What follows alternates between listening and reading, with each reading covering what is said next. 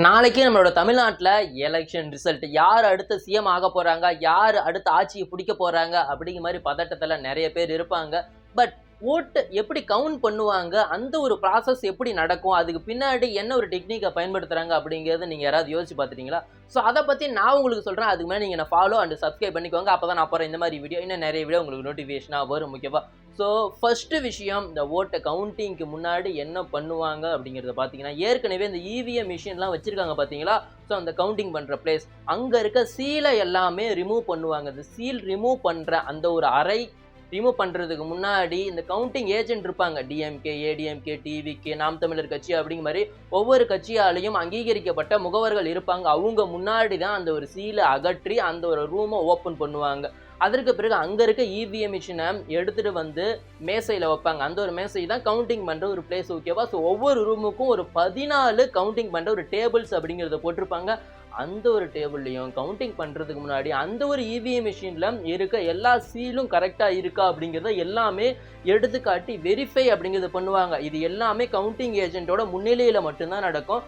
அவங்க இல்லாமல் இதில் இருக்க எந்த ஒரு விஷயத்தையும் அங்கே இருக்க ப்ரொசீடிங் ஆஃபீஸர்ஸ் பண்ண மாட்டாங்க. இது எல்லாத்தையும் டோட்டலாக கண்ட்ரோல் பண்ணுற ஒரு பேர் தான் ரிட்டர்னிங் ஆஃபீஸர்ஸ், ஆர்ஓ அப்படின்னு சொல்லுவாங்க. அவங்க கலெக்டராக இருக்கலாம், இல்லைன்னா டிஸ்ட்ரிக்ட் மேஜிஸ்ட்ரேட்டாக வந்து இருக்கலாம். இவங்க முன்னாடி தான் இது எல்லா ப்ராசஸ் அப்படிங்கிறதும் நடக்கும். இப்போ சீலெல்லாம் கரெக்டாக இருக்குது அப்படின்னா அந்த இவிஎம் மிஷினை ஓப்பன் பண்ணி அதுக்கான ஒரு கவுண்டிங்கை வந்து ஸ்டார்ட் பண்ணுறதுக்கான ஒரு இதை தொடங்குவாங்க. அது எதுவுமே பெரிய விஷயம் அப்படிங்கிறது கிடையாது. அதில் வந்து ஒரு ரிசல்ட் பட்டன் அப்படிங்கிறது இருக்கும்.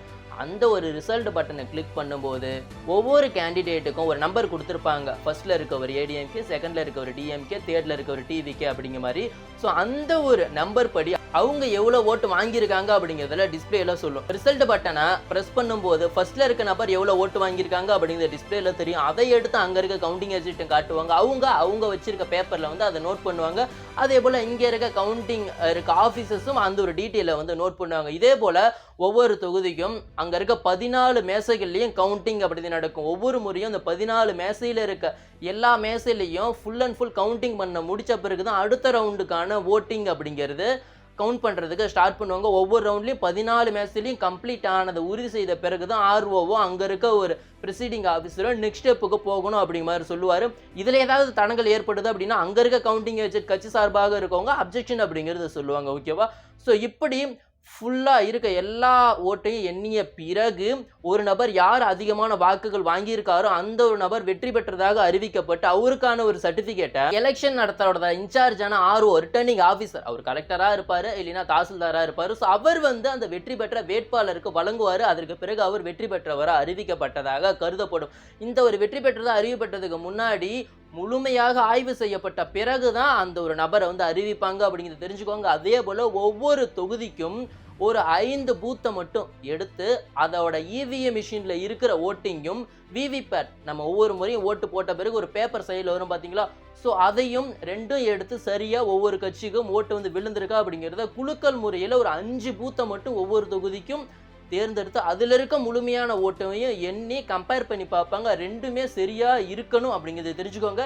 இதில் ஏதாவது ஃப்ளா இருக்குது அப்படின்னாலும் ஓட்டிங் ரிசல்ட் வேறு இடத்துல ஒரு பாதிப்பை ஏற்படுத்து அதை வந்து நிறுத்துறதுக்கான வாய்ப்பு ரொம்பவே அதிகமாக இருக்குது. அது ரெண்டும் சரியாக தான் 100% 100% இருக்கும், இல்லாமல் இருக்கிறதுக்கான வாய்ப்பு அப்படிங்கிறது கிடையாது. ஓகேவா?